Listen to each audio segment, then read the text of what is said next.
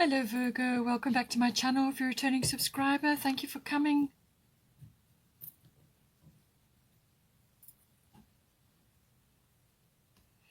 Okay, I think let's start here. We've got South Node, life states.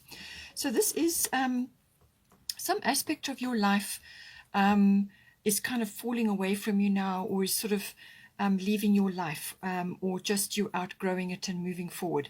And if you are lingering in a situation which needs to be released, then you're going to start to be feeling really, really uncomfortable. And that is a sign then to push you out of that. If you still insist on lingering, then South Node will step in, and usually this indicates like a big door slamming shut or something ending in order to push you forward. So this really can be quite an important sort of epiphany or a turning point, but it can be quite abrupt and quite sudden, or just, whatever it is or whoever it is kind of just, you don't resonate with them anymore, so you kind of part company. Or it could be memories, it could be situations from your past that did feature up until a point, and now they don't anymore. But this is about releasing. South Node is always about releasing baggage, releasing old beliefs, attitudes, and the way you looked at things. And in some cases, it can be people. Usually people are involved, but this is about releasing the past so that you can move forward. You kind of free yourself up from past situations. And in some cases, it can be a little bit painful, or can be a little bit, as I said, make you very uncomfortable, or you just feel like you need to grow. But there's things that need resolving and ending, or some kind of closure. So that can all come in with the South Node. It really depends on where you are at in your development and your consciousness level. So some things are purely internal that need to be released, and this can be attitudes or belief systems about yourself or about others, or about sort of past experiences where your energy has been going round and round in that past experience for a long time, and it now needs to be released and pulled back so that you can take yourself forward into the future. But it can also be external, as I said, where you are literally letting go of things around you, or where you are currently, or just whatever it may be, certain situations that you need to release. It's basically letting go of baggage, things that are heavy, things that are weighing you down. And it can also be inhibitive behavior. And in some cases, it may even be a relocation or a change of situation. It depends, but it's letting go of the past, releasing things that no longer serve you anymore. Now we've got here Six of Summer. This is the bottom of the Fairy Tarot. So children or childhood, the return of people or romances from your past, remembering events differently, in a better or worse light than how they really occurred. So this is where the reflection comes in. So I do feel that you are needing to do this in some way, shape or form. You're being asked to release a lot of things, whether this is physical things or emotional circumstances or attitudes, mindsets, things like that, or whether it can be actually people or experiences that you now have outgrown. So this can be issues from your childhood, or just things from your childhood. It could be places you've lived, or circumstances, and it could even be, as I say, certain people popping back. And as I said, with the South Node, sometimes they can come back because there's closure required, or what it does is sometimes it gives you a glimpse. You look at that situation or that person again, and you realize that you've changed, or you've moved on, and you're seeing them differently now. And as it says, in a worse or better light, whichever, you can apply it as it needs to be. But it's always about emotions, and it's kind of memories and nostalgia and sentimentality, and all of those things may come in. And you just sometimes have to take a different look. Or things may have appeared more rosy and dreamy, or you may have been under some kind of illusion. All of these things can come in. So it's kind of just seeing something or a situation for what it really was in your life, or just seeing it with some clarity, and therefore you get closure. So it could be a personal situation, something popping back, or some kind of memory, or some sort of situation which repeats, which reminds you of something, and then it really is an opportunity to let it go and release it so that you can move forward.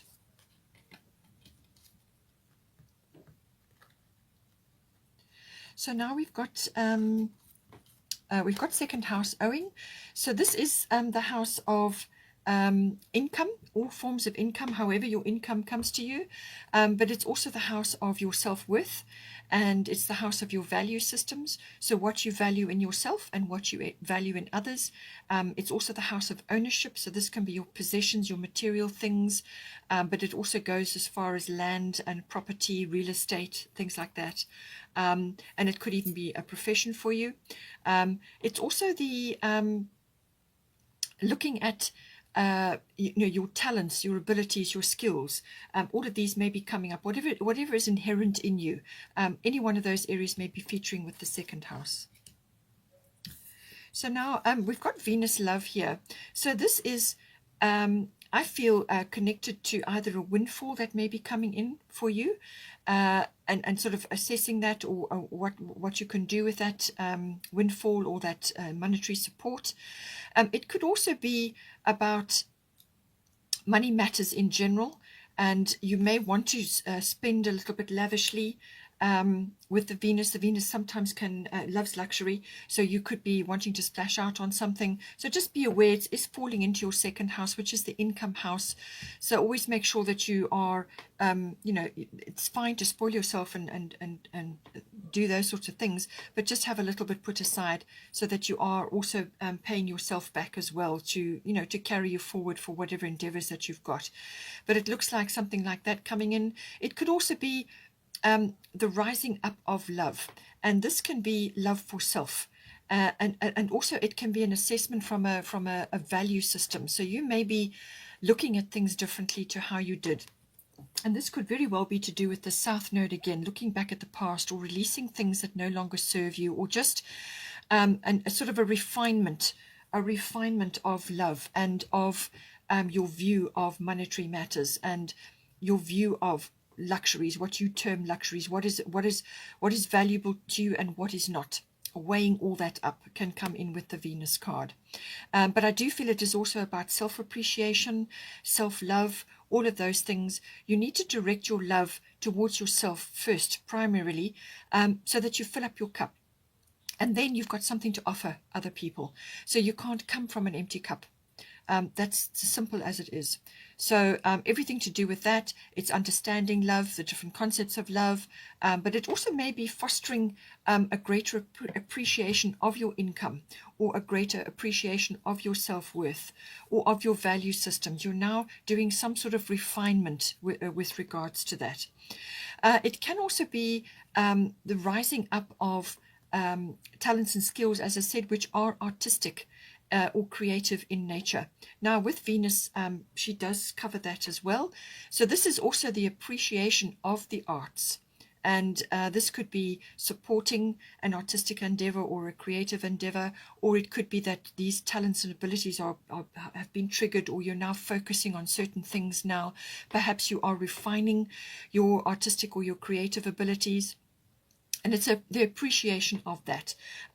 As I said, Venus is really about all aspects of love, self-love right through to personal love and universal love, and the understanding of that, and monetary affairs come in there, and the appreciation of beautiful things, art galleries, places where art can be appreciated, nature and so on as well. So all of these things are coming in. We've also got Mary Magdalene, unconditional love. Love yourself, others, and every situation, no matter what the outward appearances may be. So this could be a very strong lesson in self-love coming up for you, where you are actually now having to really let go of past attitudes, beliefs, and inherent behavior or programming that you have inherited from others, from your family, or once you've had an experience in your life, your energy tends to get trapped in that experience if it was difficult for you. You actually need to release, after any difficult circumstance, you really need to do a lot of inner work to release yourself from that. And if you haven't done that, then it tends to kind of stay in your shadow, in your unconscious, until it is released. So I feel there's a lot of to do with that unconditional love of self. And also then you can spread it outwards as well, because the second house can be quite materialistic as well. So you may be seeing aspects of that in other people, or you may be looking at your material goods differently now. You may also be just applying this lovely mindset or heart set to a lot of things that are going on in your second house. And this can be coming back into that unconditional love for self and for others and for any situation, and always coming back to that, coming back to unconditional love, coming back to unconditional love. That makes you much more compassionate.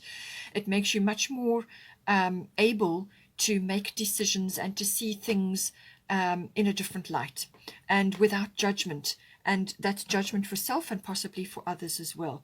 So all of these aspects may be coming in for you, but it's basically saying that, come back to this for yourself and for your life and how you have lived your life up until this point, and everything that is unfolding for you in the second house. Be more compassionate with yourself, and self-appreciation, refinement, and understanding. We've also got here 11th house. So this is the house of friendships. It's also the house of all kinds of group activities. So this can be, like an association or a society or a network that you're involved in. It can be online groups or any kind of group that you remember of. And it could even be your social circle or your social groups. It can be a group of companies, everything, that to do with that. But it's about connecting, networking, sourcing information from others, from a group, a bigger collective. It can even be the collective that you'll remember of.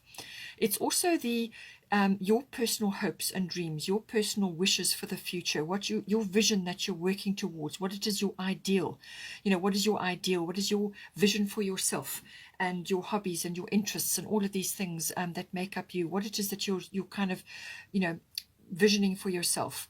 All of those aspects come in. It's also about global consciousness, social reform and causes, and your role in those if you're involved in some way. And I notice there's a lot of that coming out at the moment. A lot of people are turning to more community-based issues or supporting social reforms. And this is about building, community building. So a lot of people are getting involved in that. Or it could just be that are you interested in some sort of cause, or you may be seeing sort of global trends and currents, and that may be important for you in your profession or your artistic or your creative side. Maybe tapping into that at this time. So we've got here Capricorn I use.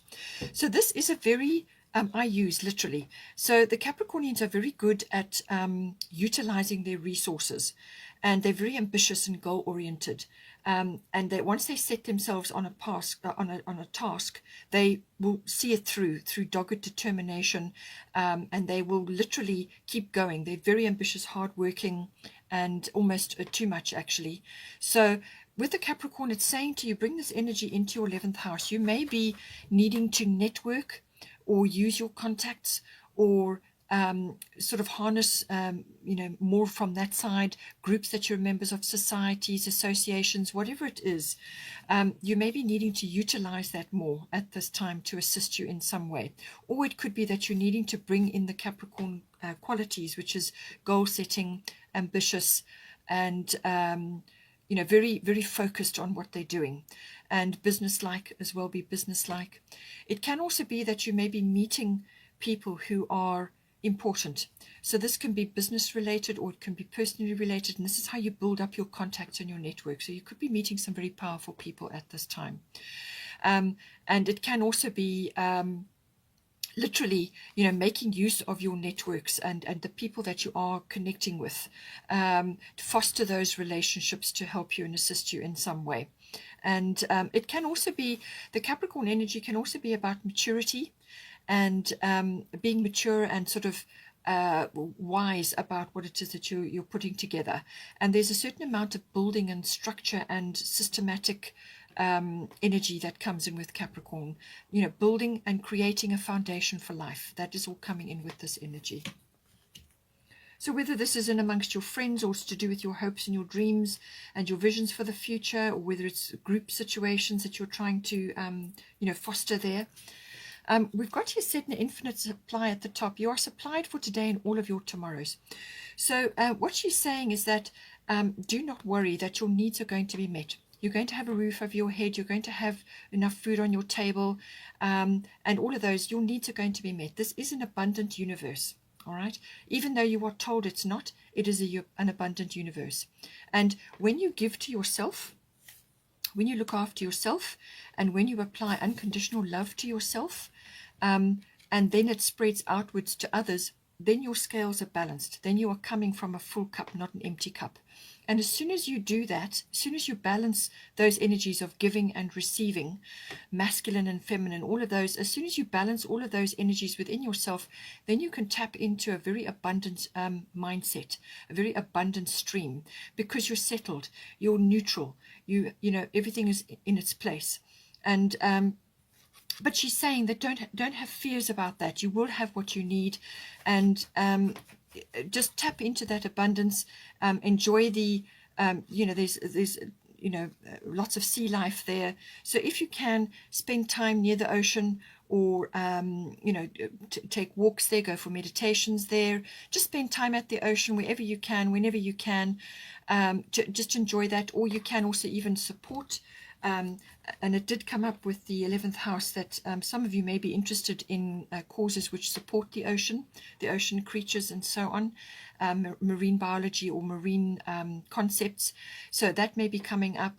But she's very much in touch with the sea, and she's just connected to all the waters of life. And this is your emotional, you know, your emotional, elemental and spiritual body of the planet. So connect to that. In some cases, for some of you, it may be that you may need to spend more time at an ocean, or it may be that some of you want to relocate or live closer to the ocean.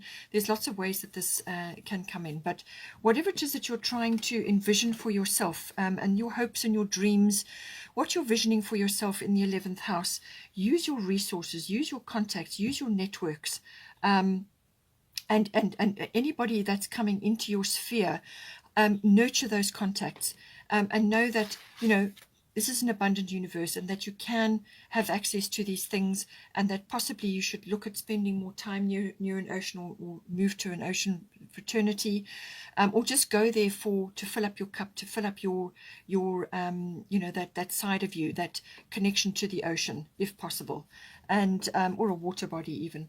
But it's about your hopes and your dreams, and connecting with others. Some of you may also be have support from friends that may be coming in. Maybe they are your support network at this time, people that support you, that get you, that know you, and they may be able to support you or give you advice or just help you in some way as well with this.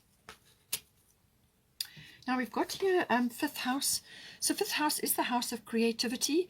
It's also the house of children. It's the house of fun, all recreational activities, all pleasurable activities, whatever it may be, whether it's a physical activity or a handcraft or actual creative activity that you're involved in, or artistic, whatever is applying to you. And it's also the house of risk. Okay, so all of these things come in, but it's your individuality, your stamp on things, your flair comes in with this house. Now it seems to me that you're wanting to initiate something. It could be an activity, or it could be a creative project, or it could be to do with children, either your own children or other children that you may be involved with at this time. So there's something that you're wanting to initiate, and something that you want to get going. Now at the top here you've got Sarasvati, the arts.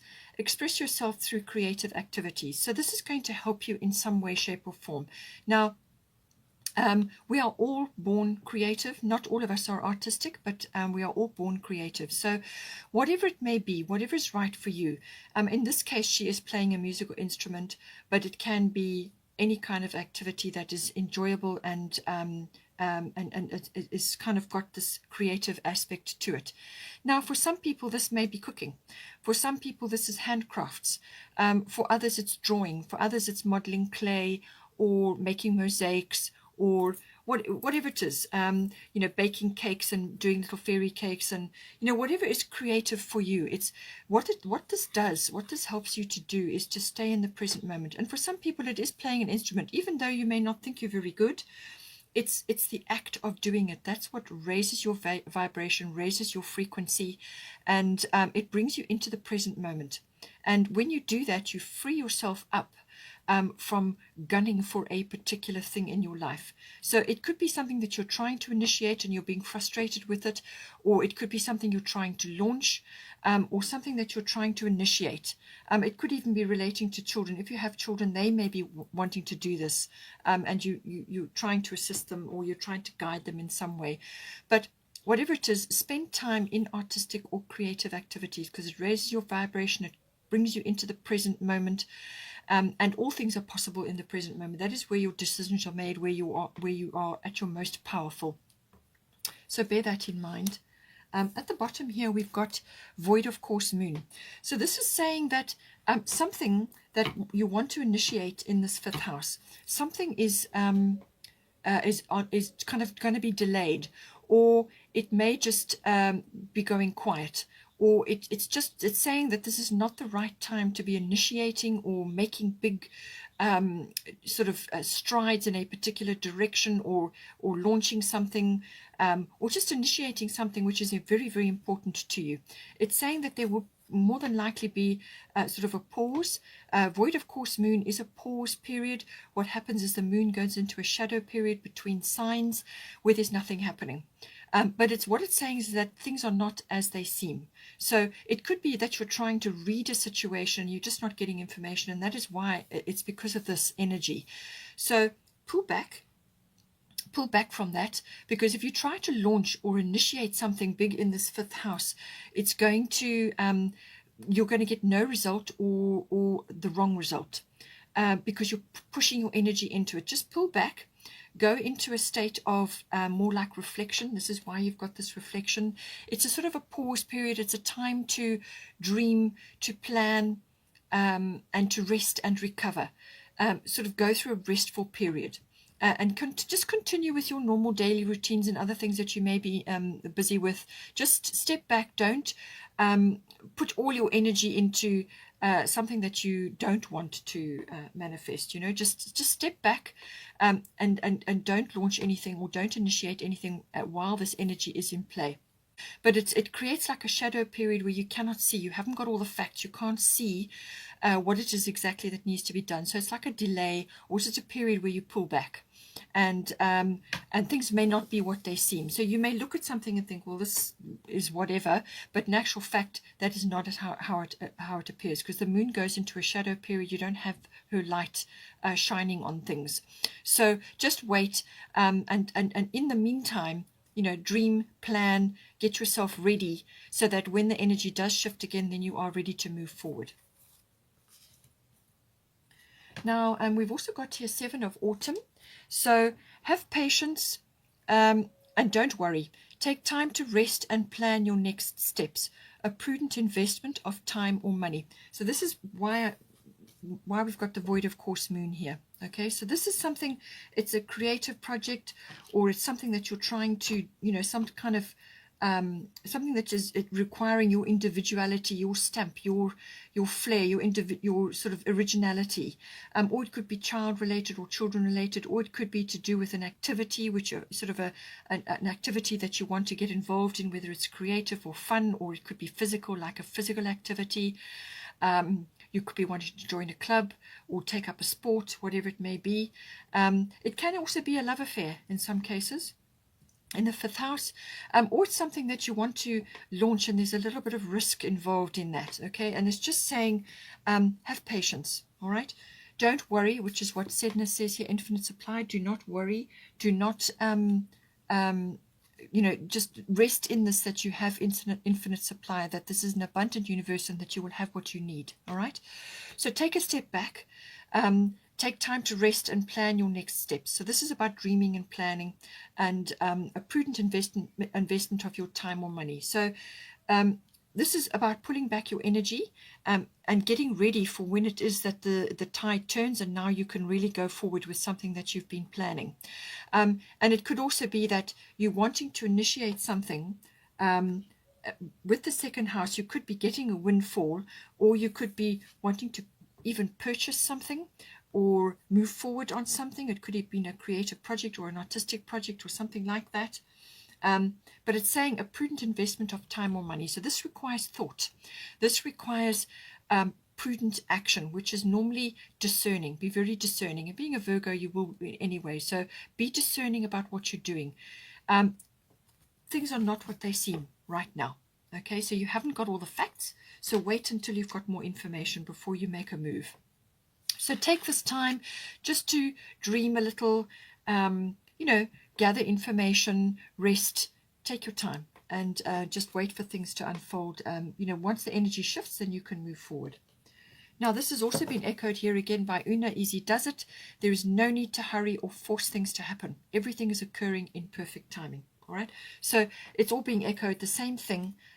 Just perhaps do activities which are creative in nature or artistic in nature, or just something where it could be even musical instruments, or just spending time in, looking at things which are artistic and beautiful for you, whatever you enjoy, whether it's visiting an art gallery or doodling, whatever it is that's right for you. Just take time out and focus on that.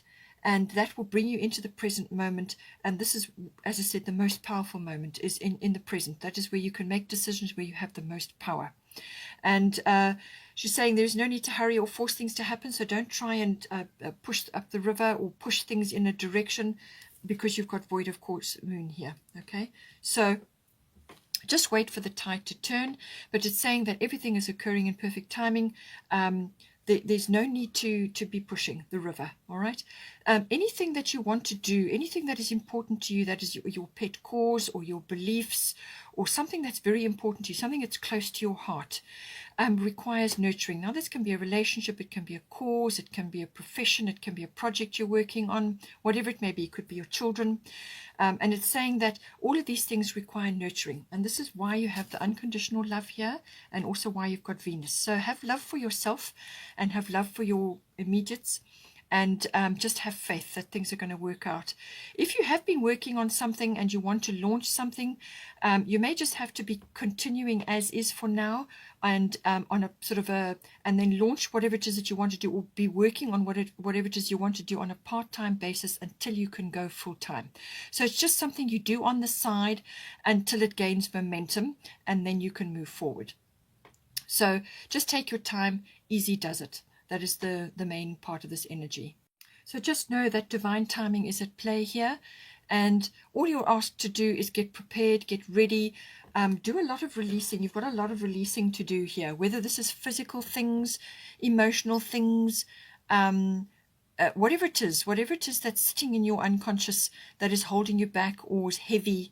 It's getting rid of baggage. So take this time, this sort of delay or this pause period or this slower period, to do that work, to do that inner work, do the releasing, do the thinking and the planning, contact your people, start networking, but do it in a very subtle way, and just wait for the energies to shift with this in the 5th house. With the others, you may find that certain things are occurring, and you can start moving forward, but planning is everything, I feel, at this time. And just know that there's divine timing and there's no need to hurry or force. Okay, Virgo, hope you enjoyed that. Please don't forget to like and share, or like and subscribe, and take care. Have a wonderful month, and I will see you next time.